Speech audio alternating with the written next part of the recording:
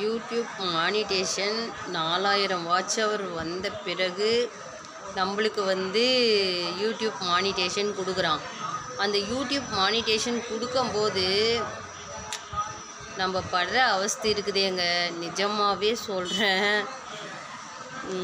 நம்ம அந்த 1.5 வருஷம் 1 வருஷம் வாட்ச் ஹவர் வாங்கி எல்லாம் முடிச்சுட்டு அப்புறம் யூடியூப் ப்ரொசீஜர் வரும்போது அதை என்னமா தவிச்சு அதுக்கு என்னென்ன கொடுக்கணும், என்ன மாதிரிலாம் பண்ணணுன்றத அது நம்மளுக்கு அவ்வளோவா தெரியறதில்ல. அதுக்கப்புறம் நல்லா கொஞ்சம் நம்மளை விட இன்னும் நல்லா படித்த பிள்ளைங்கிட்ட நாம் கொடுத்து அதுங்களும் ஓரளவுக்கு பார்த்து எல்லாம் பண்ணால் கூட திருப்பியும் ஒழுங்காக கொடுக்கலன்னா ஃபெயில்டு வந்துடுது.